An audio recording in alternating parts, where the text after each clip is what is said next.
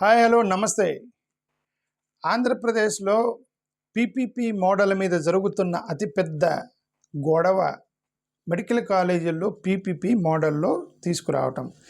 చంద్రబాబు నాయుడు గారు అంటారు ఇది చాలా మంచి ప్రాజెక్ట్ అంటారు. జగన్మోహన్ రెడ్డి గారు 1,000 సంతకాలు తీసుకెళ్ళి గవర్నర్కి ఇచ్చి నువ్వు మోసం చేస్తున్నావని జగన్మోహన్ రెడ్డి గారు అన్నారు. ఓకే, సరే, నా అభిప్రాయం చెప్తున్నాను. నా అభిప్రాయం ఆల్మోస్ట్ జగన్కి సూటబుల్గా ఉండిద్ది. ఎందుకంటే ఐఎమ్ డెడ్ అగెయిన్స్ట్ ప్రైవేటైజేషన్ అనేది especially SC ST BC marginal సొసైటీకి, పేద పిల్లలకి అన్యాయం జరిగిద్దని నమ్ముతాను నేను. ఏ సెక్టార్ అయినా సరే అసలు ప్రైవేటైజేషన్ అనేది నేను వ్యతిరేకిస్తాను. ఓకే, బ్యాంకింగ్ సెక్టార్ని ప్రైవేటైజేషన్ చేసి పడేసి నిన్నే మా బ్రదర్ ఒక అతను ఫోన్ చేసి చెప్పండి బ్యాంకింగ్ సెక్టార్లో ఏం జరుగుతుంది అనేది. నేను అతనితో ఇంకొకసారి మాట్లాడి ఆ బ్యాంకింగ్ సెక్టార్లో జరిగిన అన్యాయం చెప్తా, ఒక వీడియో పెడతాను మీకు. ఓకే, బ్యాంకింగ్ సెక్టార్లో 20-30 బ్యాంకులు ఉండేవి, మొత్తం కట్ చేసుకుంటూ 4 బ్యాంకులు పట్టుకొచ్చారనా. 4 బ్యాంకులను ఒక బ్యాంకు చేస్తారు, ఆ బ్యాంకుని చివరికి అదాని నమ్మని కొనేస్తాడు. ఇక బ్యాంకులు కూడా వాళ్ళ చేతిలోకి వెళ్ళిపోతాయి. అంతేగా. సో అసలు ఈ ప్రైవేటైజేషన్ అనేది మోడలే, కార్పొరేట్ మోడలే నేను వ్యతిరేకిస్తాను. ఎందుకంటే ఈ ప్రైవేట్ పీపుల్ దేశం మొత్తం చేతిలో తీసేసుకుంటారు. కాబట్టి నేను I generally oppose the privatisation. So ఈ కాంటెక్స్లో definitely my version will be in line with Jaganmohan Reddy 100%. Okay, ఇప్పుడు నేనేమన్నానంటే మీరు ఇప్పుడు ఆపరేషన్స్ వరకే ప్రైవేటైజేషన్ చేస్తున్నారు. చంద్రబాబు నాయుడు గారు అంటారు మెడికల్ కాలేజీలు మేము ప్రైవేటైజేషన్ చేయట్లేదు, ప్రైవేట్ వాళ్ళకి ఇస్తున్నాం అంతే అని అన్నారు. సరే, మీరు ప్రైవేట్ వాళ్ళకి ఇచ్చిన ఫీజులు ఎవరు కలెక్ట్ చేస్తాడు? ఫీజులు ఎవరికి పోతాయి? ప్రైవేట్ అసలు నాకు చాలా రోజుల నుంచి తెలియనటువంటి విషయం ఏంటంటే, ఒక ప్రైవేట్ వాడు సక్సెస్ అయినప్పుడు గవర్నమెంట్ ఎందుకు సక్సెస్ అవుతుంది అనేది నాకు చాలా రోజుల నుంచి ఉంది. ఇది why government will not become successful, why private people will become successful అనేది ఇక్కడ పెద్ద క్వశ్చన్. ఇదంతా కూడా ప్రైవేట్ పీపుల్, ఇంక మొత్తం కూడా ప్రైవేట్ పీపుల్ హ్యాండ్ ఓవర్లోకి వెళ్ళి. ఇది స్టీల్ ప్లాంట్ మీరు ఫెయిల్ అవుతున్నారు అంటారు, కానీ స్టీల్ని పక్కన అదాని నుంచి జిందాల్ నుంచి కొంటారు వీళ్ళు. స్టీల్ గవర్నమెంట్ ప్రాజెక్ట్ కట్టాలి. విశాఖపట్నం స్టీల్ ప్లాంట్ అనేది గవర్నమెంట్ కంపెనీ. విశాఖపట్నం నుంచి స్టీల్ కొనాలి కదా, కాదు, అంబానీలు అదానీల దగ్గర నుంచి కొంటారు వాళ్ళు స్టీల్ని. ఇది నష్టాల్లోకి పోకటే ఏం చేసిద్ది? సో ఇదంతా సరే, నేనేమన్నానంటే ఈ మెడికల్ కాలేజీలకు సంబంధించి ఫీజు అనేది భారం పడిద్ది, 100% పిల్లల మీద భారం పడిద్ది. ఒకవేళ చూసిన ఫీజు వరకు గవర్నమెంట్ కంట్రోల్ చేయొచ్చేమో, ప్రైవేట్ వాళ్ళ చేతిలోకి వెళ్తే ఈ రిమైనింగ్ అని, టూర్లు అని, ఎక్విప్మెంట్స్ అని, లేదంటే ప్రాక్టికల్స్ అని, లేదంటే గెస్ట్ లెక్చర్ని తీసుకొస్తున్నామని చెప్పి ఇవన్నీ బాగుతారు. ఓకే, అవన్నీ తట్టుకోలేరు పిల్లలు. సో ఇది 100% ఫీజు లో ఇన్కమ్ స్టూడెంట్స్కి 100% పీపీపీ మోడల్ అనేది దెబ్బ కొట్టేసింది. 100% నా ఉద్దేశం. Reservation social justice. ఈ ఎన్ఆర్ఐ కోట వస్తే 50% ఇటేసి 50% ఎన్ఆర్ఐ కోట అని చెప్పేసి అసలు ఎవరిచ్చారండి రైట్ మీకు?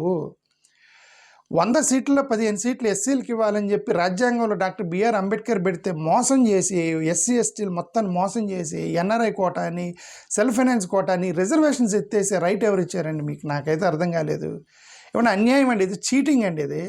దళితుల్ని చీటింగ్ చేయటం అంటారు దీన్ని. ఏమంటే 100 మందిలో 100 సీట్లలో 15 వీళ్ళకి ఇవ్వాలన్నారు కదా, వాళ్ళలో 50% చేసేసి 50% ఎత్తేసి దీంట్లో 50లో మీరు రిజర్వేషన్ ఇచ్చి, అంటే మీరు 100లో 7 ఇస్తున్నారు అంతే. అది రాజ్యాంగ విరుద్ధం కదా, అది చీటింగ్ ఇది. ఓకే, దేశవ్యాప్తంగా చేస్తున్నారు, ఇక్కడ అంటలా నేను దేశవ్యాప్తంగా చేస్తున్నాను. అదేమంటే మాకు డబ్బులు లేవున్నారు. అవునా అండి, డబ్బులు లేకపోతే ఆ డబ్బులున్న ఎస్సీఓడికే ఇవ్వండి, అది వాళ్ళ సీటు కదా అది. ఇది రిజర్వేషన్స్ దెబ్బకొట్టేసేది. మరి ఈ రిజర్వేషన్స్ని ఎన్ఆర్ఐ కోటాస్లో అక్కడ ఇక్కడ చంద్రబాబు నాయుడు గారు పెట్టాలని నేను డిమాండ్ చేస్తున్నాం అంతే. మీరు ఎన్ఆర్ఐ కోటాలో సెల్ఫ్ ఫైనాన్స్లో కూడా రిజర్వేషన్స్ పెట్టండి, వాళ్ళ సీటు వాళ్ళకి ఇచ్చేయండి. షెడ్యూల్ కాస్ట్ వాళ్ళది, ఎస్టీ వాళ్ళది. మీరు ఎందుకంటే ఎన్ఆర్ఐస్ లేరా, ఎస్సీలు లేరా?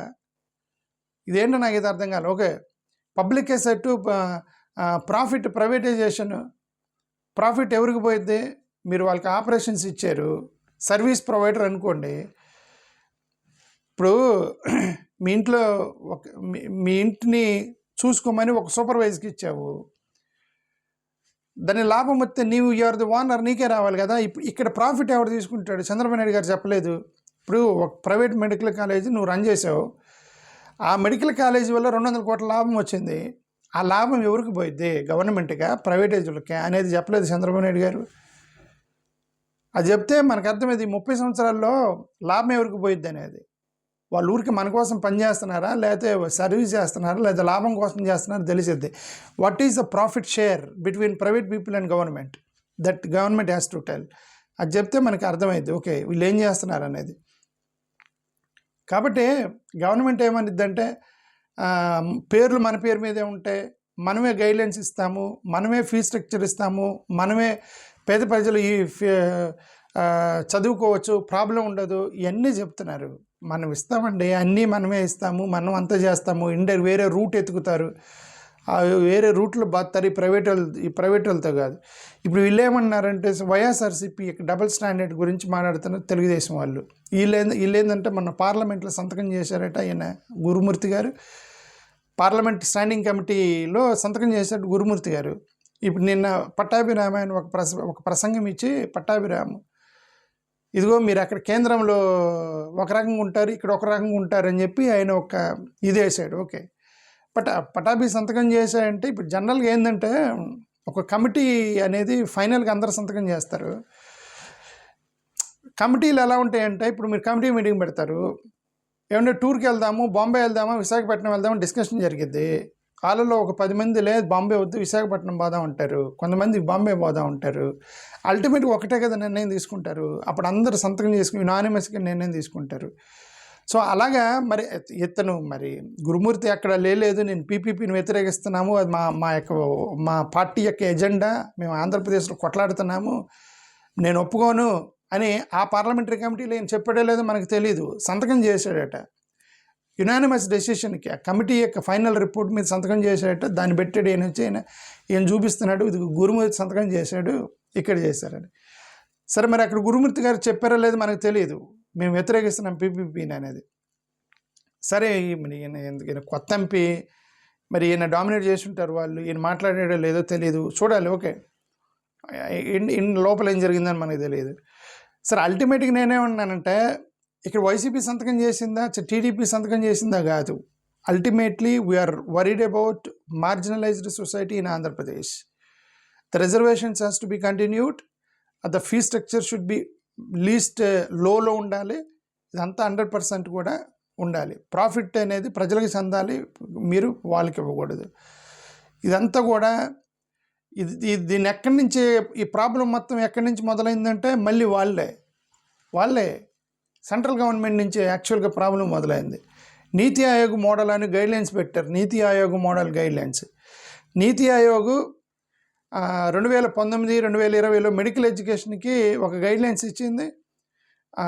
ఎంసీఏ అంటారు, మోడల్ కన్సెషన్ అగ్రిమెంట్స్,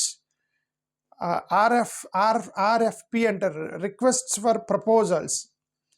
ఇవన్నీ కూడా ఆంధ్రప్రదేశ్, అక్కడ మధ్యప్రదేశ్, గుజరాత్ లాంటి కొన్ని రాష్ట్రాలకు సంబంధించి కొన్ని గైడ్లైన్స్ ఇస్తే వీళ్ళు ఎప్పుడెప్పుడు రెడీగా ఉన్నారు. ఆంధ్రప్రదేశ్ వాళ్ళు ఎప్పుడెప్పుడు కేంద్ర ప్రభుత్వం మీరు పీపీపీ అంటారా అంటే టక్కన పట్టుకోవడానికి రెడీగా ఉన్నాడు చంద్రబాబు నాయుడు గారు. ప్రైవేటైజేషన్ అంటే దూకుతాడు చంద్రబాబు నాయుడు గారు.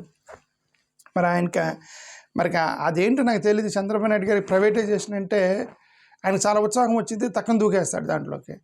ఇప్పుడు ఆయన చంద్రబాబు నాయుడు గారు వాళ్ళు ఎలా గైడ్లైన్స్లో పెట్టారు, నీతి ఆయోగ్ గైడ్లైన్స్లో పెట్టారు.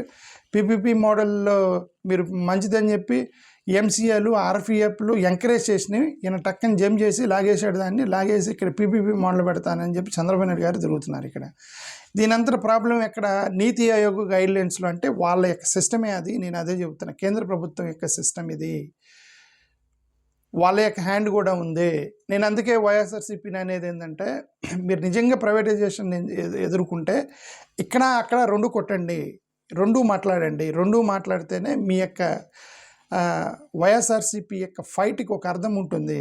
ఇప్పుడు అనవసరంగా ఇప్పుడు వాళ్ళు మిమ్మల్ని ట్రోల్ చేస్తున్నారు. ఇప్పుడు వీళ్ళెంత కష్టం, నేను అదే వైఎస్ఆర్సీపీ చేసి అది పెద్ద మిస్టేక్ ఏంటంటే గతంలో దీనికి కూడా సపోర్ట్ చేశారు, దానికి అపోజ్ చేశారు, ఏమంటారు వక్ఫ్ బిల్లుని అపోజ్ చేశారు. వక్ఫ్ బిల్లుని అపోజ్ చేసి వైఎస్ఆర్సీపీ కష్టపడ్డారు, వాళ్ళు అపోజ్ చేశారు. మైనారిటీస్కి మేము అండగా ఉంటామని నిజంగానే అపోజ్ చేశారు. వక్ఫ్ బిల్ని అపోజ్ చేసి తర్వాత చంద్రబాబు నాయుడు గారు ఒక చిన్న దగ్గర దొరికారు వాళ్ళు. ఎక్కడ దొరికారు? కేంద్రంలో రాజ్యసభలో వాళ్ళు విప్ జారీ చేయలేదని చెప్పేసి చంద్రబాబు నాయుడు గారు దాన్ని ప్రచారం చేశాడు విపరీతంగా. ఇదిగో జగన్మోహన్ రెడ్డి నాటకం ఆడుతున్నాడు, ఇక్కడ పార్లమెంట్లో వ్యతిరేకించి ఇది రాజ్యసభలో అనుకూలంగా ఓటేశాడు వాళ్ళకి అని చెప్పేసి ప్రచారం చేసి వీళ్ళ పడ్డ కష్టం మొత్తం సున్నా అయిపోయింది. వైసీపీ వీళ్ళు పడ్డ కష్టం ఇప్పుడు ఇది కూడా సున్నా చేస్తారు ఇప్పుడు వీళ్ళు. ఎందుకు? 1,00,00,000 మంది జనాలు, 1,00,00,000 మంది సంతకాలు సేకరించాడు, ధర్నాలు చేస్తున్నారు, రాష్ట్ర వ్యాప్తంగా తిరుగుతున్నారు. ఈ పీపీపీని మేము అడ్డుకుంటామని ఒక చిన్న చోట దొరికారు, అది కేంద్రం దగ్గర ప్రతిసారి కేంద్రం దగ్గర దొరుకుతున్నారు వీళ్ళు. ఆయన వెళ్ళి సంతకం చేసినట్టు గురుమూర్తి ఇప్పుడు దాన్ని ప్రచారం చేస్తారు విపరీతంగా. ఇదిగో జగన్ ఇదంతా నాటకం చెప్తారు ఇది. అందుకే నేను జగన్ గారికి ఎక్కడ కూడా మీరు ఛాన్స్ ఇవ్వకూడదు మీ అపోనెంట్కి. You should not give. అది ఒక పాలసీ ఫిక్స్ చేస్తే వీఆర్ అగెన్స్ట్ ప్రైవేటైజేషన్ అని మీరు కనుక పాలసీ పెట్టుకుంటే దేవుడిని కూడా వ్యతిరేకించేటట్టుగా ఉండాలి. Your fundamental policy of YSRCP going against privatisation అనేది మీ పాలసీ అయితే అక్కడ మోడీ గారు కాదు దేవుడు నిలబడ్డా సార్ నువ్వు వ్యతిరేకించేటట్టుగా ఉండాలి. ఆ పాలసీ పెట్టుకుంటే మీరు దొరకరు, మీరు లేదంటే ప్రాబ్లం అయిపోద్ది. నేను అందుకే చాలా రోజుల నుంచి నేను వైఎస్ఆర్సీపీకి బెనిఫిట్ చేయడానికి ట్రై చేస్తున్నా. వైఎస్ఆర్సీపీని వాళ్ళు ఏమంటారు, వాళ్ళకి స్ట్రెంగ్త్ అవ్వాలని నేను కూడా కోరుకుంటున్నా. నేను వైసీపీని విమర్శించట్లా. వైసీపీ ఇలా చేస్తే అనవసరం మీరు పడ్డ కష్టం పోతుందని చెప్తున్నా నేను. వైసీపీ వాళ్ళు పడ్డ కష్టం పోతుంది, వీళ్ళంతా కష్టపడతారు పాపం, అక్కడ దొరుకుతారు, అక్కడ మోడీ దగ్గర దొరుకుతారు వీళ్ళు. అది మార్చుకుంటే దెన్ మీరు చంద్రబాబు నాయుడు చేతికి చిక్కరు. చంద్రబాబు నాయుడు చేతికి చిక్కుతున్నారు ఈజీగా వీళ్ళు ప్రతిసారి అక్కడ కేంద్రంలో. సెంటర్ అప్రూవల్స్, ఫండింగ్ స్కీమ్స్ ఇవన్నీ కూడా ఇప్పుడు జగన్ గారు 17 కాలేజీలు పట్టుకొచ్చాడు. ఆయన నిజంగానే 17 కాలేజీలు పట్టుకొచ్చాడు. 17 కాలేజీలు పట్టుకొస్తే అది సెంట్రల్ గవర్నమెంట్ ఫస్ట్ ఏమంది, జగన్ గారితో సంబంధాలు ఉన్నాయి కాబట్టి సెంట్రల్లీ స్పాన్సర్డ్ స్కీమ్స్ మేము ఇస్తాము, నీకు ఎందుకు పెట్టే జగన్ అన్నారు. జగన్ గారు 15 కాలేజీలు పెట్టారు జగన్ గారు. ఇక్కడ కేంద్ర ప్రభుత్వం ఉంది, నేను విల్ టేక్ కేర్ అని అంది కేంద్ర ప్రభుత్వం. తర్వాత మాట మార్చి ఏదో పీపీపీ మోడల్ ఏదంటే జగన్కి నచ్చలేదు. అది పీపీపీ మోడల్ జగన్కి నచ్చక ఇదిగోండి ఒక 4 కాలేజీలు సెంట్రల్ స్పాన్సర్డ్ స్కీములకు వాళ్ళు ఇచ్చారు, మిగతా కాలేజీలు నేను కడతా అన్నాడు అతను.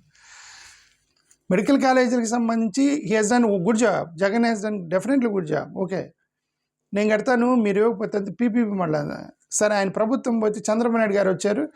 చంద్రబాబు నాయుడు గారు వచ్చి ఆ 4 ఎలా సెంట్రల్లీ స్పాన్సర్డ్ స్కీమ్స్ దాని మీద రన్ అయ్యే కాలేజీలు ఎలాగో 4 ఉన్నాయి సార్, 6 వదిలేసి మిగతా అన్ని ప్రైవేట్లోకి తీసుకెళ్తానని వాళ్ళు ఇచ్చిన నీతి ఆయోగ్ గైడ్లను అడ్డం పెట్టి పోతున్నారు ఇప్పుడు చంద్రబాబు నాయుడు గారు. ఓకే